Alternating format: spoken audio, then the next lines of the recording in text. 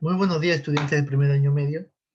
El día de hoy vamos a hablar sobre la evolución geopolítica de América Latina, que corresponde, ¿cierto?, a la guía número 10. Los contenidos que vamos a tratar en esta clase son la retroalimentación de la guía 9, la evolución geopolítica de América Latina, los factores geopolíticos y finalmente vamos a revisar la guía número 10.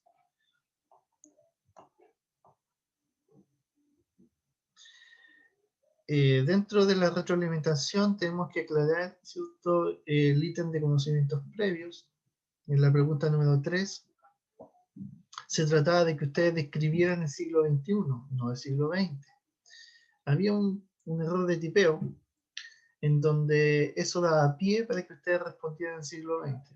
Pero como les digo, si analizan bien la pregunta 3, que hace mención a un viaje en el tiempo, los habitantes del futuro le preguntan acerca del siglo XXI.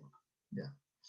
¿Qué pasó en ese siglo? ¿Qué acontecimiento o desastre o logro se tuvo, ¿cierto?, en el siglo que estamos viviendo en la actualidad. Otra aclaración es el ítem de recursos audiovisuales, en que trataba del rol de la mujer.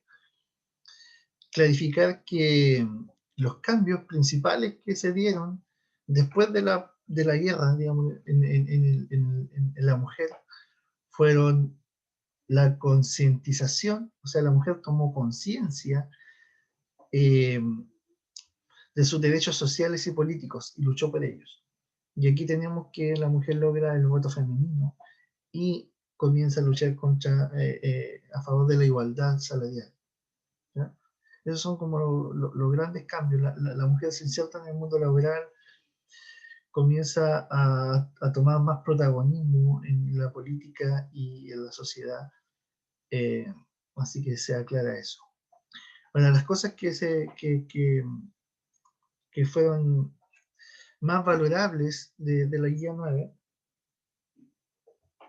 fue que la autoevaluación es la última parte, ¿cierto?, de la guía, en la que ustedes tienen que reflexionar sobre su aprendizaje.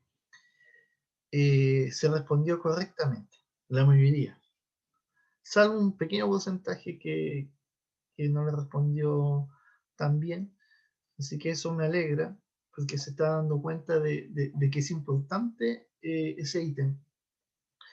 Y aquí llamamos correctamente que el estudiante responde qué contenido le costó más o qué actividad le gustó más, pero la justifica.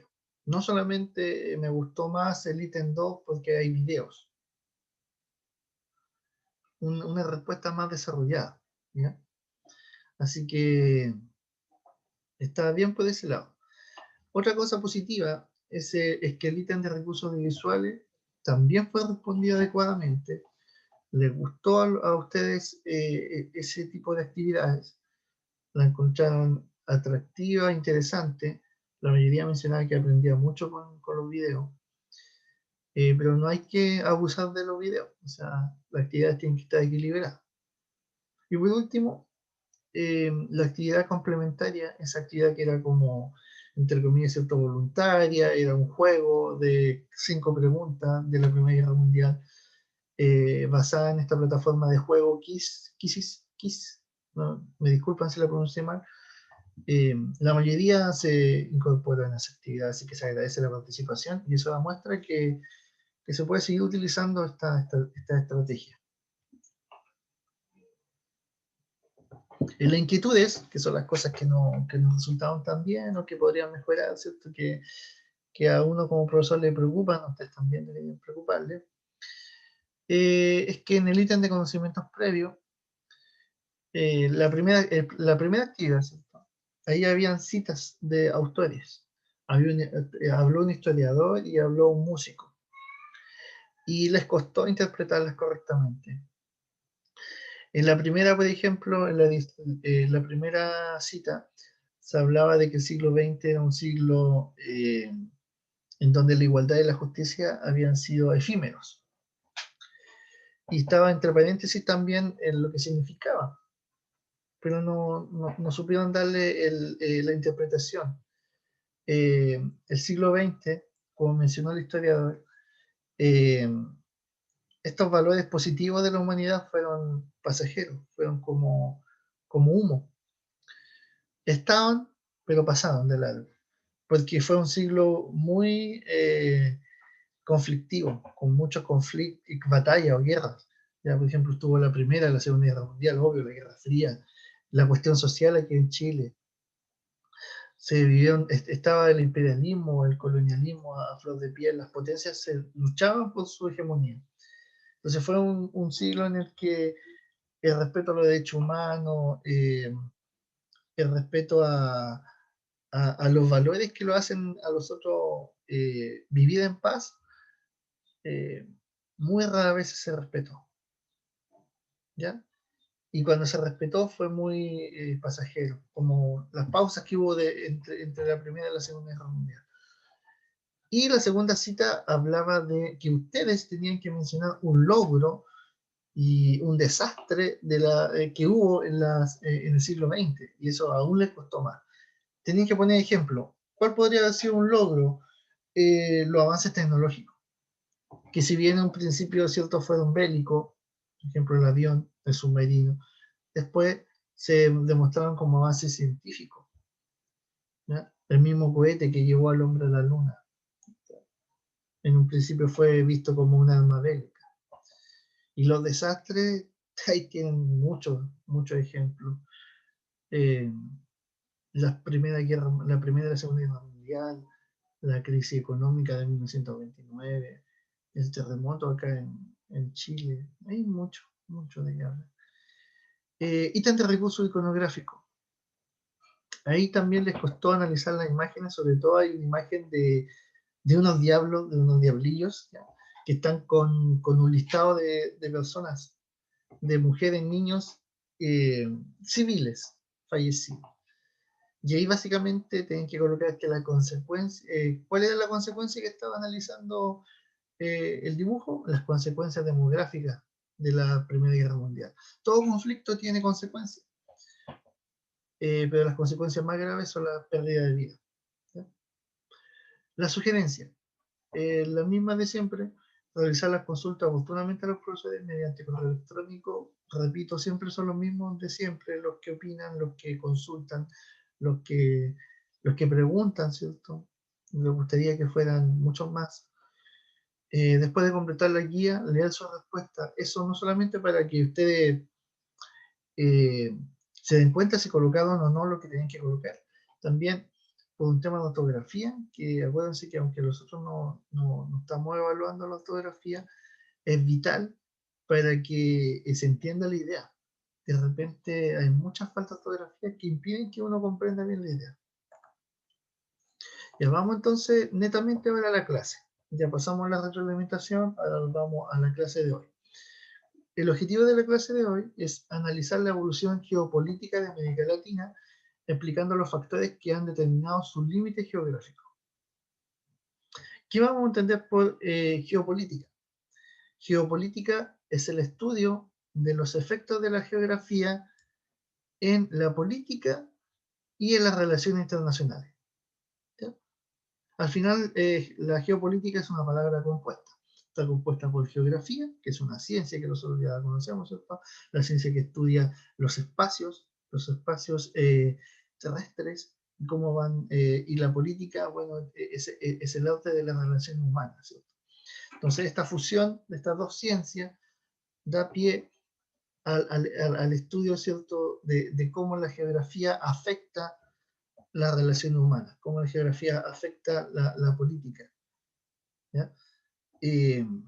Asuntos geopolíticos importantes, por ejemplo, en Chile, la salida del mar a Bolivia. Ese es un tema geopolítico importante. ¿Por qué? Porque a Bolivia le interesa tener una salida al mar. ¿Para qué? Para que sus productos salgan y se comercien. Y Chile también le interesa esa porción de territorio que fue ganada a través de un conflicto, eh, y que también le significa beneficios comerciales. Entonces es un asunto geopolítico. Les pongo un ejemplo. muy directo de esta relación. También, por ejemplo, un asunto geopolítico podría ser que no está claro el territorio de la Antártica. Y hace poco salió cierto que Argentina ya está mapeando y tomando zonas que Chile considera como suyas. Recuerden que la Antártica no está supuestamente no pertenece a ningún país, solamente son bases científicas, pero Argentina y Chile reclaman una porción de la Antártica que consideran que les pertenece por soberanía. ¿Ya? Vamos entonces. La evolución de la geopolítica de América Latina. Ahí ustedes ven nuestro mapa mundi, ¿cierto? Ahí está América, Europa, África, Australia, la Antártica, los 6 continentes principales, ¿cierto? 5 habitados. Vamos a hablar del continente americano y cómo la evolución y el cambio que ha tenido a lo largo del tiempo. La etapa de América Latina. América Latina, antes de la llegada de los españoles, ya tenía habitantes, ya tenía seres humanos en su territorio. Esa etapa de la América Latina se conoce como precolombina, ¿ya? Y está habitada por pueblos originarios. En nuestro país eran múltiples los pueblos originarios. El pueblo originario principal de nuestro país es el pueblo mapuche. Pero también, por ejemplo, en el norte habitaban los diaguitas, los atacameños. En el sur tenemos, ¿cierto?, los yaganes, tenemos los chonos, tenemos una serie de pueblos, ¿cierto?, que habitaban la zona de nuestro país. Y alrededor de América Latina también se formaron civilizaciones, no solamente pueblos. Aquí hablamos de pueblos y civilizaciones porque tiene que ver con el nivel de organización política. ¿Ya? Nuestro pueblo originario en Chile no lograron un nivel alto de organización política. Pero sí, por ejemplo, si nosotros tomamos el mapa el tercer mapa que habla de la independencia, ustedes ven ahí los países, pero si ustedes lo voy a tomar como referencia, ustedes ven a México ahí se encontraba la civilización azteca. Ya. Terminando México, ¿cierto? Todo lo que es Panamá, por decirlo ahí, estaba la civilización maya. Y lo que actualmente, ¿cierto?, es Ecuador, Perú y una parte de Chile y Bolivia también, era conocido como la civilización inca. Es decir, en la etapa precolombina podíamos encontrar 3 grandes civilizaciones: los incas, los mayas y los aztecas.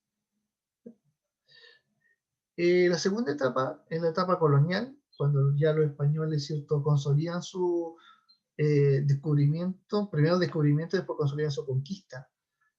Fue un periodo en donde se produjo el mestizaje y donde España gobernó gran parte de América Latina, salvo la zona de Brasil. Y la última etapa es la etapa conocida como de independencia y hasta la actualidad.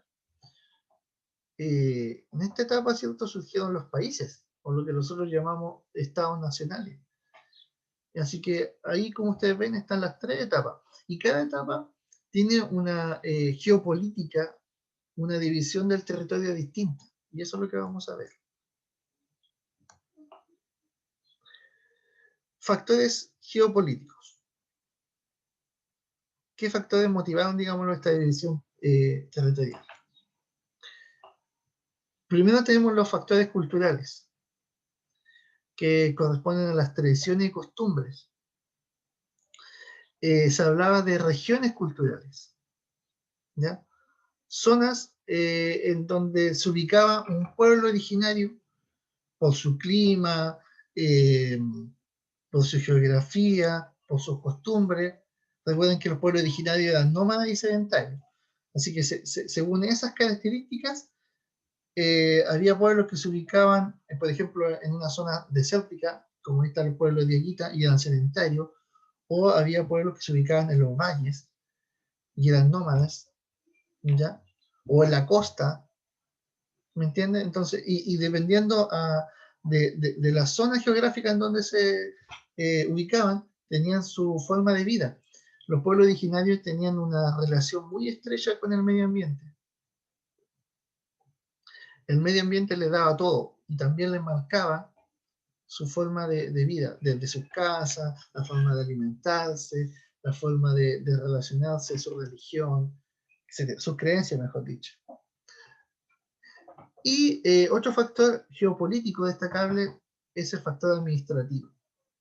Y aquí el administrativo lo vamos a tomar visto desde una organización o digámoslo, un personaje, un actor que finalmente divide el territorio. En este caso tenemos la corona, el rey español. ¿Y por qué lo hace así? Lo hace para la eficiencia de los recursos. Ahí al rey en este caso no le importa mucho el tema de la cultura o la tradición o que este pueblo está ubicado ahí porque hace miles de años está ahí y porque tiene una relación con el mar o con el desierto, no. A él le interesa simplemente, o al emperador, digamos, al rey, o a quien gobierna le interesa por el tema de la eficiencia de los recursos, ¿ya? De cómo yo puedo ser más factible o menos costoso trasladar los recursos de un lugar a otro. Comercio, negocio, solamente eso. Y el otro factor que tenemos en cuenta es el nacionalismo, que es un concepto que surgió, ¿cierto?, por la revolución industrial. Disculpe, por la revolución industrial. No, es un error. Por la ilustración, por la revolución francesa, me equivoqué, disculpen, que empieza a hacer notar, esto surgió en Europa, ¿cierto? Ustedes lo saben. La revolución francesa fue en Francia y la ilustración fue en toda Europa y todas esas ideas llegaron a América, con la idea de que el territorio debía unirse. Toda la gente que vivía en un espacio geográfico que tenía idioma, tenía religión o una historia en común, debía formar un estado, un país. Antes no había esa idea. Antes estaban los reinos, ¿ya? Pero acuérdense que en Francia, por ejemplo, o no sé, o en Inglaterra, en España, había reinos, pero los reinos no abarcaban todo el país como actualmente, ¿ya? Así que fue como una evolución, un cambio. Cada vez se fue mejorando, entre comillas, el sistema. Pero esos son los tres factores principales: cultural, administrativo y nacionalismo. Y ahora vamos a ver las expresiones del nacionalismo. Vamos a profundizar un poquito más en esto. El nacionalismo, como les decía yo, surgió en Europa y luego se expandió, ¿cierto?, a todo el mundo, llegó a América. Y aquí vemos que hay dos naciones principales eh, que se unifican, que formaron sus estados. Tenemos el caso de Alemania y el caso de Italia. Y se les llama incluso proceso de unificación. Porque estos países antiguamente eran reinos, ¿ya? Y esas expresiones de nacionalismo se dieron cuenta, se expresaron, ¿cierto?, por ejemplo, en la difusión de ideas liberales, lo que les comentaba, el apoyo de líderes políticos. Por ejemplo, en Alemania encontramos a Otto Bismarck, ¿ya? Encontramos acá en Italia a Víctor Manuel II, que es el rey, ¿cierto?, de Piamonte, y a Garibaldi, que es digámoslo, su general. Y es importante entonces en estos procesos de nacionalismo que haya personajes históricos, próceres o héroes de la patria, como ustedes quieran llamarlo.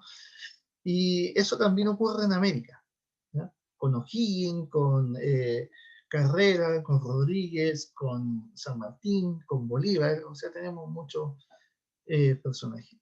Y lo otro es la importancia de la burguesía.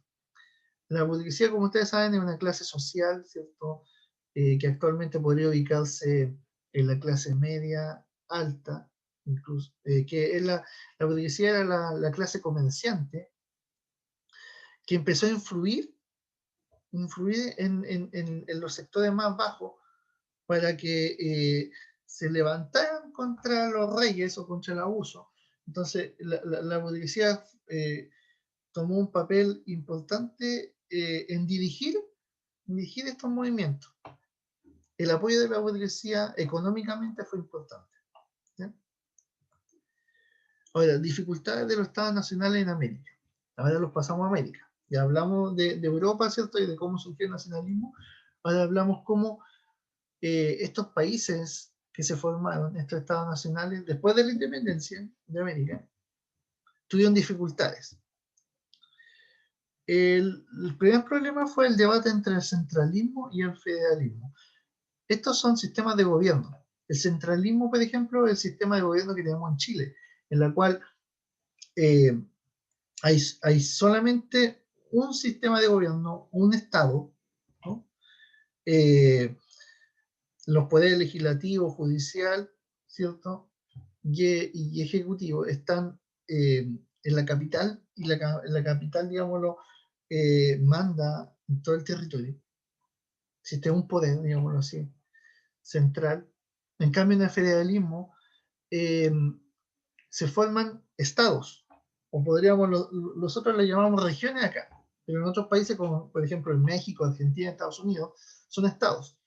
Y la diferencia entre región y estado, en el caso de federalismo, es que cada estado tiene sus propias leyes, es como un mini país. Por eso es que Estados Unidos se llama su nombre, porque en realidad son estados que se unieron para formar ese país. Pero si usted va, no sé, a Luisiana y luego va, no sé, a Nueva York, se va a encontrar que las leyes son distintas en un estado y en otro. Es como atravesar otro país, ¿ya? Y es así. Bueno, aquí ese fue un debate en el cual algunos países, por ejemplo Argentina se fue por el federalismo y Chile por el centralismo, se fueron por uno u otro sistema de gobierno. Otra dificultad fue el término del proyecto bolivariano. La imagen de arriba, en la primera, aparece Simón Bolívar. Él fue un gran prócer del centro de América Latina. Él fue uno de los personajes históricos más relevantes junto con San Martín, ¿cierto? Eh, porque no solamente liberaron sus países, sino que liberaron otros. Hicieron el trabajo de liberar otros países que, o digámoslo así, en ese entonces eran colonias españolas. Y Simón Bolívar tenía un proyecto. Ese proyecto era formar la Gran Colombia, que era unificar los territorios. Es decir, él decía, no podemos, digámoslo, vivir todos separados, peleándolos, sino que unifiquemos los territorios y seamos un gran país, un gran continente, todo unido. Entonces ahí unificó a Colombia, Ecuador, Venezuela y Panamá.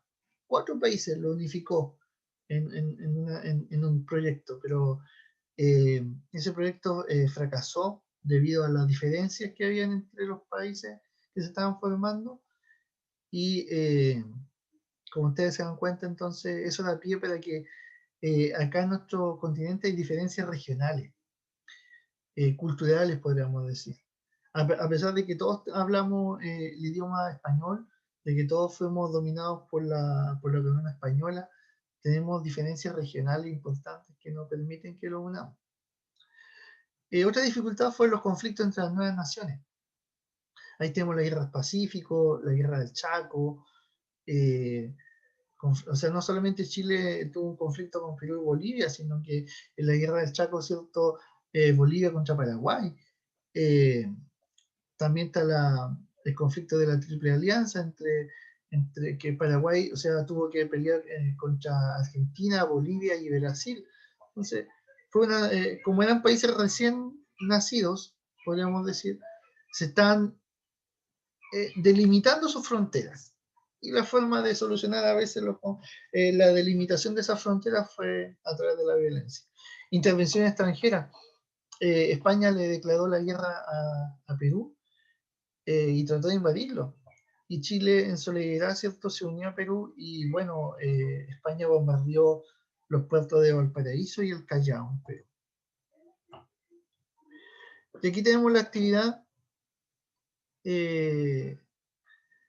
parte de la actividad que ustedes van a tener que realizar.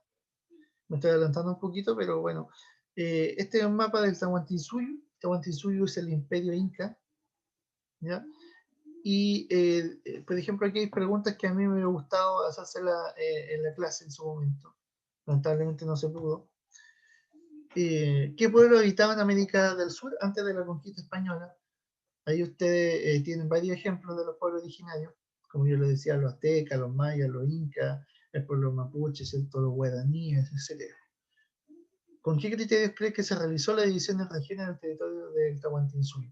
Aquí, si ustedes se dan cuenta, el Imperio Inca realizó una división en 1, 2, 3, 4. 4 regiones, pero esa la hizo con un criterio cultural, ¿ya?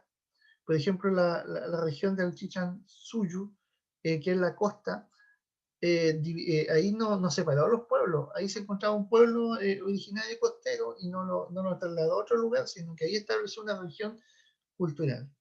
Era un pueblo que tenía, o sea, una civilización que tenía una forma de división que respetaba las tradiciones y costumbres de los pueblos sometidos. A eso quería llegar.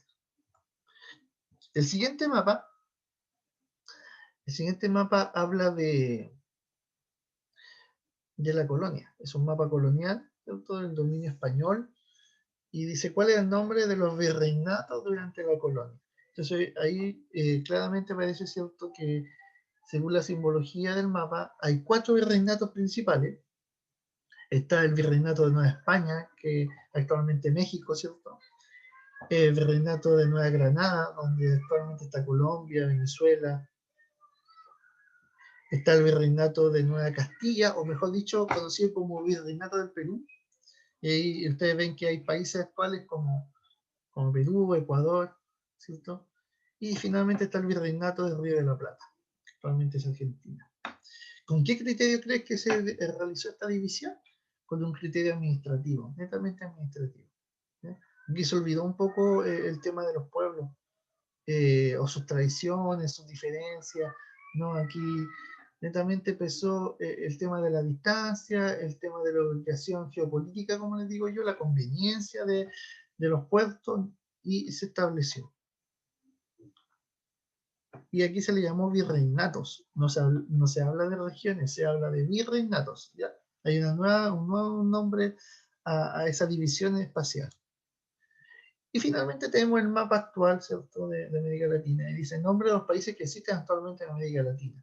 Y ustedes ven que está Brasil, Argentina, Chile, Paraguay, Bolivia, Perú, ¿cierto? Hay muchos países. Y ustedes ven que, que hubo muchas diferencias. O sea, no es como en el caso de otras partes, que el territorio, que el continente, por ejemplo, Australia, es solamente un país y es un continente completo. No hubieron divisiones. Acá sí, había muchas diferencias culturales. ¿Con qué criterios crees que se realizó la división de regiones del territorio americano? Aquí el criterio fue estados nacionales, ¿ya? Se formaron territorios en base al nacionalismo, en base digámoslo, a elementos en común, como el lenguaje, la historia, la cultura, y se formó. En realidad, este criterio es como una fusión entre el criterio cultural y el criterio administrativo. Para mí, yo encuentro que esa es una fusión de la clase, de la forma de dividir el territorio, ¿ya?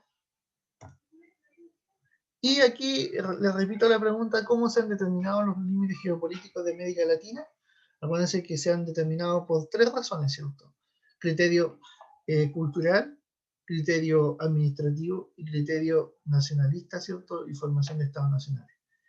Y aquí ven al continente europeo, que ustedes pueden decir, pero profe, si estamos hablando de América Latina, ¿por qué salta con Europa?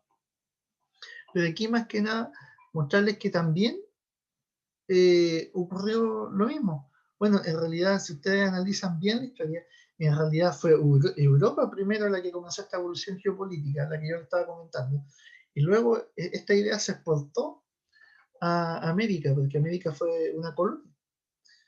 Entonces, aquí podemos ver que el continente europeo está dividido en naciones, en estados nacionales. Europa, recuerden que es conocido como el viejo continente, entonces ellos tienen mucha más historia que nosotros. De partida, por ejemplo, la colonización del continente perdón, los primeros seres humanos en Europa, si bien surgieron de África, llegaron a Europa y después según las teorías, ¿cierto?, llegaron a América por el estrecho de Bering. Y ya estaban acá en Europa cuando nosotros todavía no existíamos como país, como Chile.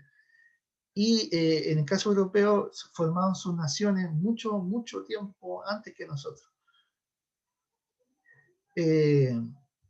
Aquí, por ejemplo, Italia y Alemania, como les decía yo, fueron los países más atrasados en cuanto a formarse como estados nacionales. España, Inglaterra y Francia fueron los primeros. Pero ustedes ven que después, con la Primera, Segunda Guerra Mundial, la Guerra Fría, ahí sus fronteras van cambiando.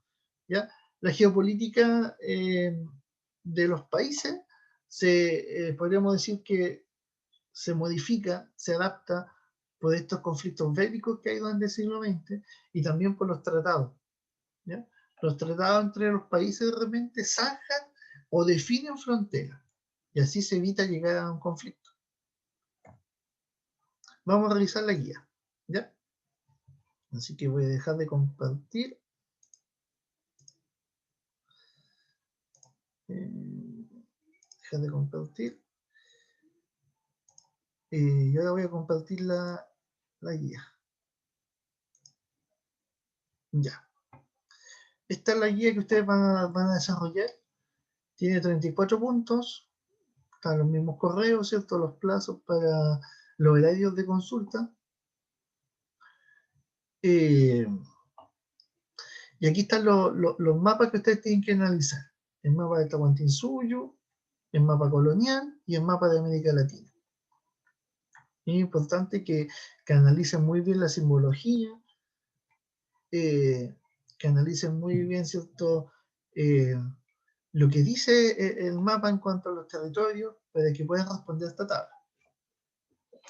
Y bueno, aquí está la tabla en la cual ustedes van a completar los 3 mapas con estos criterios, que se los voy a pasar a mencionar al tiro, y finalmente termina con el ítem de autoevaluación. No olviden completar esto porque son 4 puntos.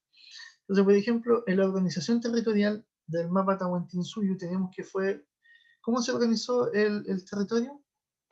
¿Cómo se organizó? A través de el Imperio Inca. ¿Ya? ¿Cómo se organizó el mapa colonial? A través del Imperio Español. También pueden colocar virreinato. ¿Ya? Aquí ustedes se dan cuenta así que cuando responden los criterios, que hay a veces respuestas que se repiten. No es que esté mal. Es que llegan a un momento en que se repiten las respuestas, pero está considerado. ¿Ya? América Latina, ¿cuál es la forma de organización? Países. ¿Ya? Esta está dada, está respondida. Digamos, en esta parte, por ejemplo, cuando hablamos de elementos de continuidad y cambio, se les va a pedir que ustedes mencionen qué cambió y qué se mantuvo. Y en el caso de Tahuantinsuyo, aquí dice que el primer mapa del Imperio Inca no tiene elementos de comparación, porque es el primero. O sea, ¿con qué lo voy a comparar? Entonces, ustedes van a tener que comparar el mapa colonial y el mapa de América Latina. ¿Ya? Por ejemplo, aquí conceptos de regiones. El Imperio Inca. ¿Qué concepto de región tenía? Y aquí ustedes pueden describir, ¿cierto?, las 4 regiones. Antinsuyo, el Chichinchonsuyo, el Contisuyo. Las van describiendo acá. O pueden colocar que tiene un concepto de regiones culturales. Concepto de región del Imperio Español. Los virreinatos los pueden describir, ¿cierto? Anotar. Concepto de región de América Latina actual, en forma de países, y los pueden describir, los pueden anotar. Así que eso, jóvenes, como les digo, estamos abiertos a que ustedes los consulten, nos pregunten, y no me queda más que despedirme, como lo hizo la profesora Pamela, y yo no lo pude hacer por problemas técnicos, netamente. Quiero darle las gracias a todos ustedes por el tiempo, por el esfuerzo que han puesto en ponerse digámoslo, en tratar de hacer estos deberes en el contexto que estamos. Gracias por la oportunidad de estar acá, de poderle enseñar. Yo creo que siempre hay que ser agradecido de todo lo que nos da Dios. Así que ir mejorando. Hay cosas que estoy seguro de que no se hicieron bien. Y hay que, como les digo, hay que ir puliéndola. Y el próximo año espero verlo en vivo. Eh, Aunque lo más probable es que tengamos una situación dual, es decir, clases presenciales y aún clases en Zoom. Entonces ya tenemos la práctica y vamos a ir, como les digo, puliendo las cosas que no nos resultaron tan bien. Les deseo un feliz término de año. Acuérdense, por favor, que esta es la última guía. Pónganle empeño, pónganse las pilas. Como dijo la profesora Pamela, aún te da tiempo de entregar la guía atrasada. Eh, Así que háganlo para no estar a última hora sufriendo y así disfrutar una Navidad y un año nuevo felices con su familia, de haber pasado de curso con una buena calificación y sentir la tranquilidad de que ustedes rindieron.